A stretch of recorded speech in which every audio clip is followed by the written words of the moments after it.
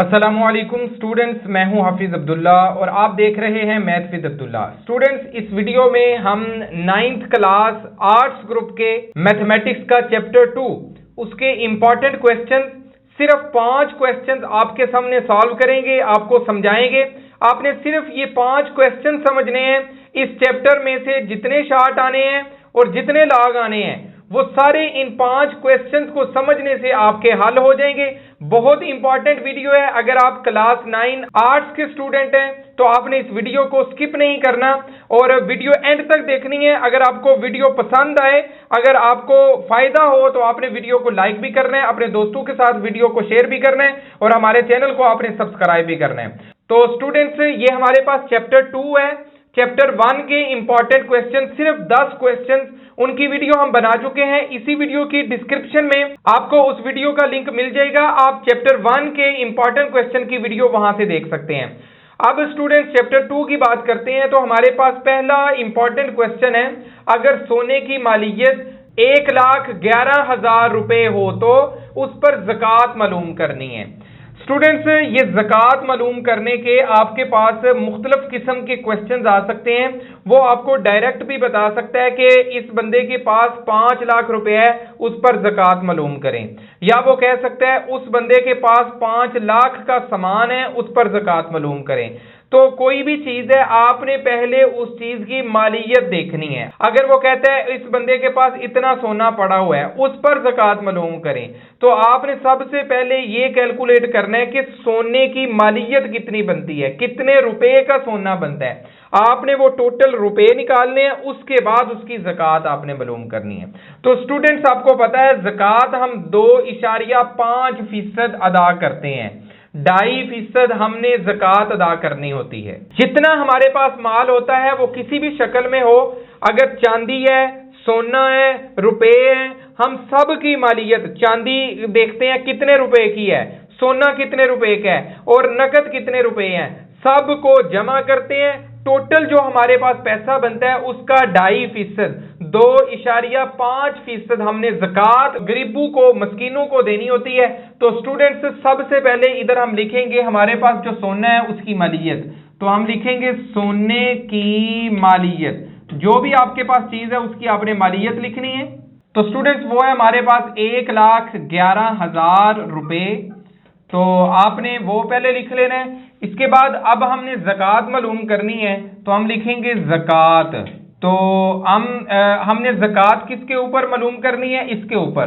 तो हम लिखेंगे 1,11,000 का 2.5%, 2.5% किसका, टोटल मालियत का, वो 1,11,000 रुपए है। तो स्टूडेंट्स, आपने याद रखना है मैथ में का मतलब ज़रब होता है। तो इधर अगर आप देखें, बड़ा आसान मैं क्वेश्चन आपको समझाऊंगा। 2.5 इसका इशारिया खत्म करें तो ये आपके पास 25/10 आ जाएगा। ऐसे ही है स्टूडेंट्स, देखेंगे 25 और इशारिये की जगह पे 1, उसके बाद जितने नंबर है उतने, उसके बाद जितने डिजिट है उतने 0। अब फीसद का मतलब स्टूडेंट्स हम आपको चैप्टर 1 में बता चुके हैं, वो 1/100 होता है। तो फीसद की जगह पे 1/100 आपने लगा दी है। अब का मतलब होता है ज़रब, और इधर आपकी वैल्यू है 1,11,000 रुपए। ठीक है स्टूडेंट्स, तो ये आपने इसको इस तरह सॉल्व करना है। अब स्टूडेंट देखें, ये 0 इस 0 से कट गया, ये 2 0 इस 0 से कट गए, नीचे वाली तमाम चीजें खत्म हो गई हैं। अब आपने 25 को ज़रब करना है 1 से, तो वो 25 ही आएगा। उस 25 को दोबारा 111 से आपने ज़रब करना है कैलकुलेटर की मदद से, तो आपके पास आ जाएगा 27,750 रुपए। इतनी ज़कात अदा करनी है उस बंदे ने जिसके पास 1,11,000 रुपए की मालियत का सोना है। तो स्टूडेंट्स, आसान से क्वेश्चन है, डेली लाइफ में भी यूज होने हैं। ये जो मैथमेटिक्स है आर्ट्स ग्रुप का, इसकी खसूसियत ये है कि ये आपकी डेली लाइफ में भी इस्तेमाल होता है। तो स्टूडेंट्स, आइए चलते हैं, हम क्वेश्चन नंबर 2 सॉल्व करते हैं, जो चैप्टर नंबर 2 का इंपॉर्टेंट क्वेश्चन है। तो स्टूडेंट्स, ये हमारे पास क्वेश्चन है, कहते हैं 40 ग्राम सोने पर ज़कात मालूम करें जबकि सोने की कीमत फी ग्राम 3500 रुपए है।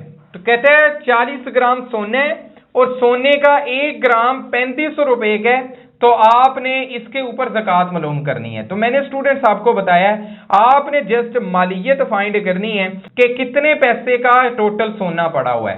तो स्टूडेंट्स हमारे पास सोने की मिकदार सबसे पहले हम लिखेंगे, सोने की मिकदार वो हमारे पास है स्टूडेंट्स 40 ग्राम, ठीक है। अब सोने की मालियत हमने मालूम करनी है, सोने की मालियत। तो स्टूडेंट्स 40 ग्राम सोना है और 1 ग्राम कितने का? 3500 का। तो 3500 से इसको ज़रब कर देंगे तो ये हमारे पास स्टूडेंट्स आ जाएगा 1,40,000 रुपए का। ये आपने 40 को 3500 से ज़रब करना है तो 1,40,000 रुपए आपके पास आ जाएगा। तो ये टोटल इतने पैसे का हमारे पास सोना है। अब इसके ऊपर हमने ज़कात मालूम करनी है। तो स्टूडेंट्स हम ज़कात फाइंड कर लेते हैं।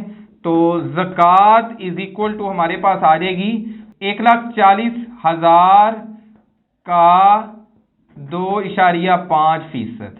तो स्टूडेंट्स ये एकदम आपके सामने सारा कुछ लिखा नज़र आ रहा है। इसकी वजह यह है कि मैं चूँकि रिकॉर्डिंग मोबाइल से करता हूँ तो मोबाइल की स्टोरेज फुल हो चुकी थी, मुझे पता नहीं चला और वीडियो रुक गई थी, स्टॉप हो गई थी और वीडियो रिकॉर्ड नहीं थी हो रही।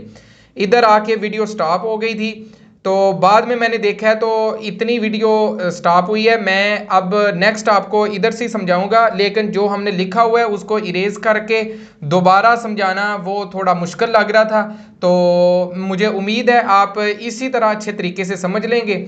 तो स्टूडेंट्स हमने 2.5% मालूम करना है 1,40,000 का।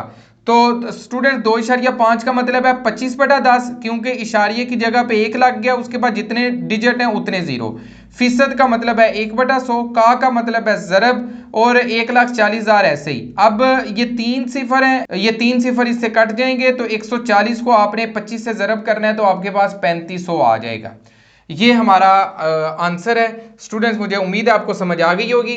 अब हमारे पास क्वेश्चन नंबर 3 है उशर का। अब स्टूडेंट्स उशर के बारे में सबसे पहले आप ये समझ लें कि मुसलमानों के ऊपर ये फर्ज है कि उन्होंने जो भी फसल उगानी है, वो चाहे गंदम है या चावल है या कोई भी फसल है, उसके ऊपर उन्होंने उशर अदा करना है। तो स्टूडेंट्स जब ये फसल किसानों के पास आ जाती है, उन्होंने उशर अदा करना होता है।